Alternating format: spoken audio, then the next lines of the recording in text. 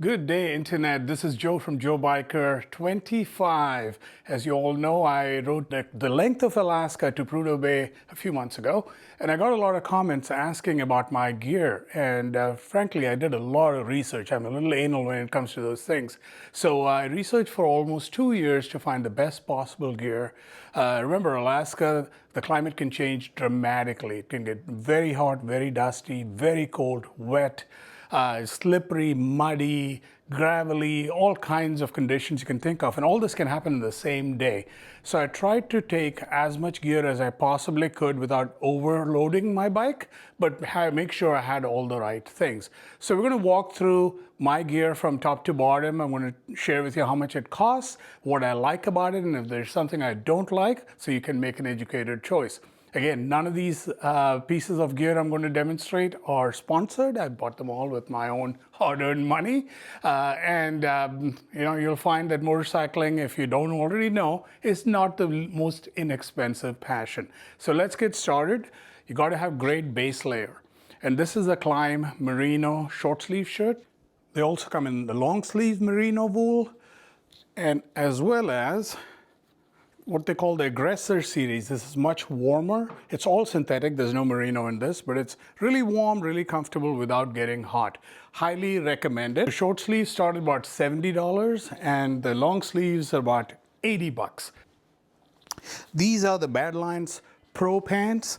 They're Gore-Tex Pro, guaranteed to keep you dry.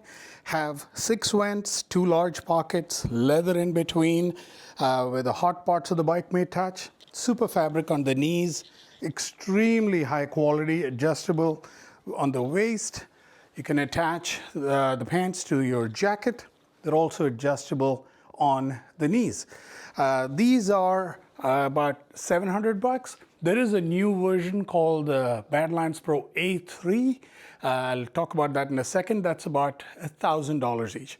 I thought about them, but there's nothing wrong with my regular Badlands Pro pants, and they've served me extremely well. I probably had them for about 5 years now. Extremely comfortable, bulletproof, and make sure that it keeps you dry and comfortable regardless of the weather. Okay, let's move to socks. I tend to wear Climb socks. I've had pairs for, 15 years, and they still look brand new. But I want to talk about a new pair of socks that I found. These are the Pearly Possum socks. They are literally made from possum fur and merino wool. Quite simply, the most comfortable, warm, amazing socks you'll ever wear in your life. They're about $60. So $60 for a pair of socks sounds crazy, but they are worth every penny. I wore these on the way back from the Arctic Ocean to Coldfoot, and I felt like I was walking on clouds. Like I said, I wear Climb socks. I took these. You need a new pair of socks every day, regardless of what the advertisers say. So these are the Climb 2.0 and Climb 3.0 socks. The higher the number, obviously, the warmer they are. Extremely comfortable, extremely durable. And I think I add an extra layer of protection and padding when you're walking or when you're standing on the pegs. All right, critical piece of gear are boots. It is very easy to snap your ankle on a motorcycle. A slightest fall, a slightest slip can hurt it. So I wanted boots that were comfortable enough to walk around for lunch or to go climb a hill to take a good picture, but also extremely safe. So I used to have these. These are the Garnet G Adventure boots. They're about $300. I've had them for about 5 or 6 years. Extremely comfortable. They're like wearing sneakers. Decent protection on the street. But here's the problem I had with it. They bend at the ankle. So picture yourself with a large, fully loaded bike, sticking your foot down, and your foot slips, and you snap an ankle. So I like these boots a lot, but I could not trust them on a pretty dangerous ride, especially on the Dalton Highway in Alaska. So after a lot of research, I settled on the CD GTX Adventure 2 boots. These are pretty bulletproof, but still give you the comfort of a walking boot with no flex. There's a hinge that gives you that movement without risking your feet or your ankle. Steel toe in front. Unlike the Climb boots, which I also looked at, This is waterproof all the way to the top, 14 inches of waterproof layer, which is extremely important when you step into a puddle or trying to cross a stream. So these are the CD Adventure GTX2 boots. They come in multiple colors, about $450. I think a great value for these boots, just absolutely fabulous. Solid sole, no slip, and easy to put on and off. Very comfortable boots. One of the common complaints about long distance riding is that you get this phenomenon called monkey butt, where you get kind of sore. I know it's a funny name. One of the things I found that helps really alleviate that is this product called Moto skivvies. They're kind of higher end padded biker shorts that have padding inside strategically placed. And there are two kinds. This is the adventure model, so it's for more upright seating. And then there's also a cruiser model for more street riding that's a little bit more relaxed riding. They make a huge difference. I've been using these for years. About $72. Yes, I know, not cheap. But I've had these probably for 7 or 8 years and they're flawless. No issues. I wore them every single day in Alaska. Hung them in the shower at night so the steam could disinfect, if you will. But extremely comfortable Moto skivvies. And all these products, I'll put a link in the description. So, and I get nothing back from the manufacturers, but it makes it easy for you so you don't have to go searching on Google. When I got this motorcycle a few years back, it was an adjustment for me going from a cruiser to a tall adventure bike. And I think the very first month I fell off the bike. And for the first time in my life, broke a bone. I broke a collarbone, and I believe it could have been prevented if I had one critical piece of gear, which is an airbag. So there's so many kinds and so many payment options and subscription models. It's pretty confusing out there. So I started with a Helite adventure jacket with a built-in airbag. I thought, wow, this is a great deal. About $1,000 for an airbag and a 4-season adventure jacket with all kinds of armor. And it's a really nice jacket, a really nice setup completely. Challenge is, it's a tethered model. So you have a tether that runs from your waist to a hard part of the motorcycle. And the concept is that if you fall off, the tether will activate the CO2 canister, which will inflate the airbag. The problem is when you're riding off-road, you stand on your pegs a lot, and made it really uncomfortable because I could never get the length of the tether just right. And I almost activated the airbag a couple of times, and I got off the bike quickly and forgot that I'm still tethered.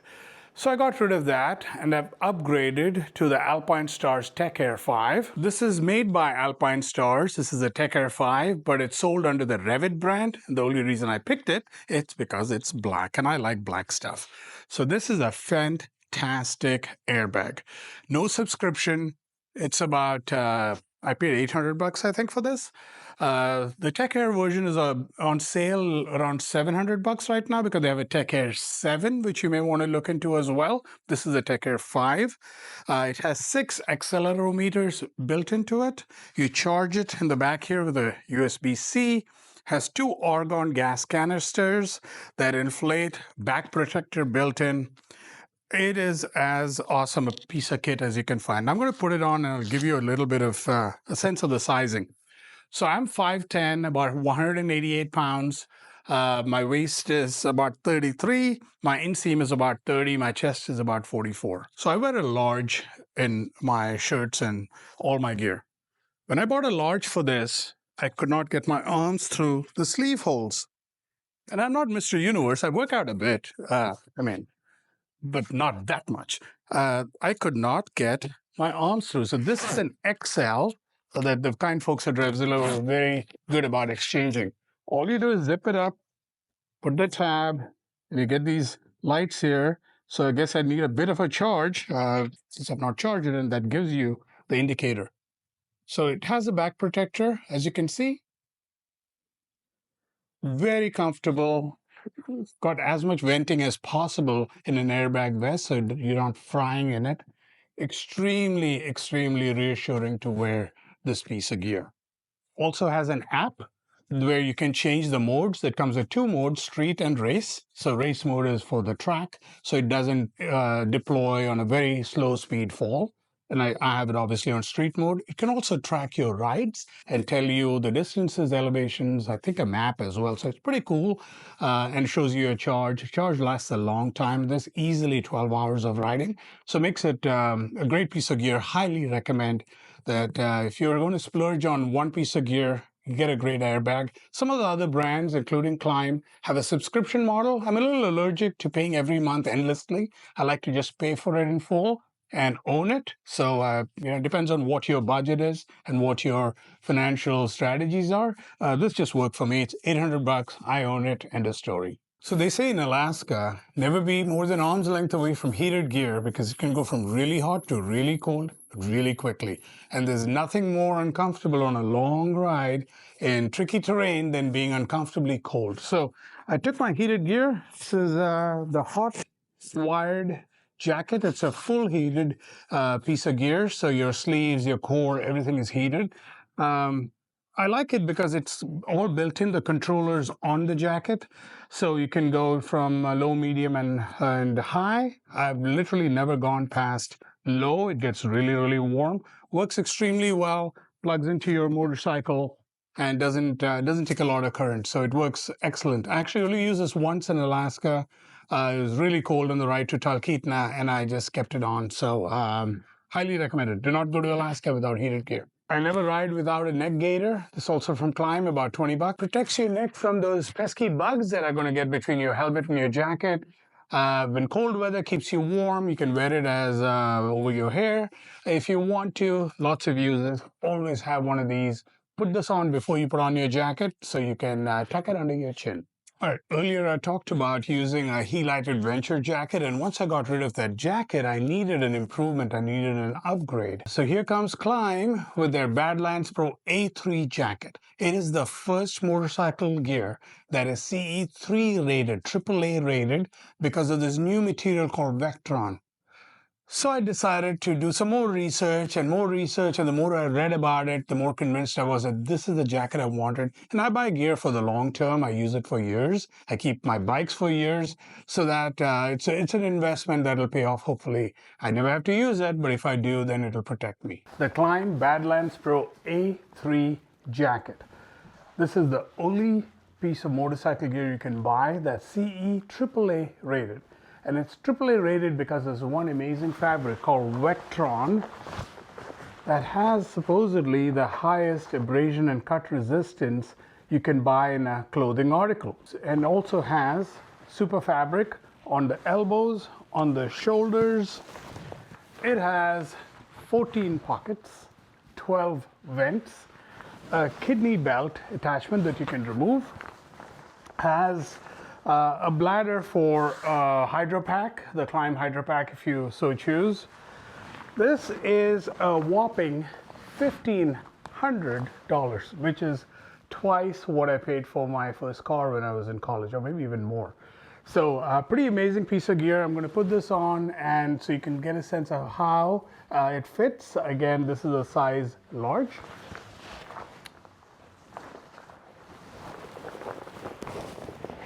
It is a heavy, bulky jacket, so it requires some yoga gymnastics to maneuver into it. And if it looks heavy and bulky, it's because it is. This is probably the most heavy-duty, over-engineered piece of motorcycle gear I've ever seen, or certainly owned. Let's zip this up. And that's all it is. This is a very comfortable jacket despite its heft. I feel very safe in it, very comfortable in it. It's Gore-Tex Pro triple layer, so guaranteed to keep you dry. Has its own back protector. As I mentioned earlier, I kept the back protector from the jacket in, even though the airbag, the Tech Air 5, has its own back protector, because I figured, why not? Paid for it, let's get that extra protection. Extremely adjustable. On the arms here, on the waist. It has chest protection, so one of the few jackets that also offers chest padding in front. Very comfortable despite how Marvel superhero-like it feels. I felt extremely good about it. It's not a cheap jacket at $1,500, but to me it's an investment, and I hope that I'll wear this jacket till I stop riding, which I hope is never. This is one of those, I believe, lifetime jackets. So the Climb Badlands Pro A3, this is in stealth gray. It comes in two other colors depending on your choice. I just tend to like darker colors. I know people argue with that, but this is a stealth gray, goes well with my black pants as well. Because I ride solo most of the time, and even though in Alaska I was with a group, it's always a good idea to carry some kind of an emergency beacon. So I use the Garmin Mini. This is about $350 and about $15 a month for services that are different plans for texting and tagging, and it can track and ping your family so they know where you are. It is literally one button SOS service. So in case you're in a place where there's no cell coverage and you need help desperately, or you can't get to your phone because you're off your bike, keep this on your body. I tend to keep this in this pocket. It works really well. And I use this on every ride. I keep it charged and I make sure that it's on me. Okay, so let's talk about protecting the most important part of your body. All my body parts are important, but the head is particularly of value. So this is the Shoei Neotech 3. I moved to a Shoei Neotech about 6 years ago when I moved to modular helmets. And really, once you go modular, you cannot go back. It is so easy to pop up the lid, have a drink of water, talk to your friends, has a sun visor built in, has a micro strap, which makes it really easy to adjust infinitely, washable liner, pin lock, removable visor. This is the new model that came out last year, and it's heavily re-engineered so that it's quieter, it's lighter, and works extremely well. So this is $900, so not cheap. And I know there are $200 helmets with similar specs, but trust me, there's a difference. And your mileage may vary, your opinion may vary, but my head is worth $900, so I'm going to go with as much protection as I possibly can afford. So excellent, excellent helmet. So one piece of gear that I never, ever, ever ride without is this. This is the Brake-Free Tech brake module that fits on your helmet. Completely wireless, has one button, charged with USB-C. Charge lasts for a very long time. They say about 12 hours. When I was in Alaska, I could not find my charger. So I went about 3 days before I located the charger in piles of clothes, and this thing worked. So it fits on these A mounts right on the helmet. You can buy multiple A mounts so you can use them on different helmets. Gets right on. That's it. So one button, I'll demonstrate this for you. There are 3 different modes. I keep it on the least obtrusive mode so it's not flashing and distracting drivers. But see what happens when I make a sudden movement.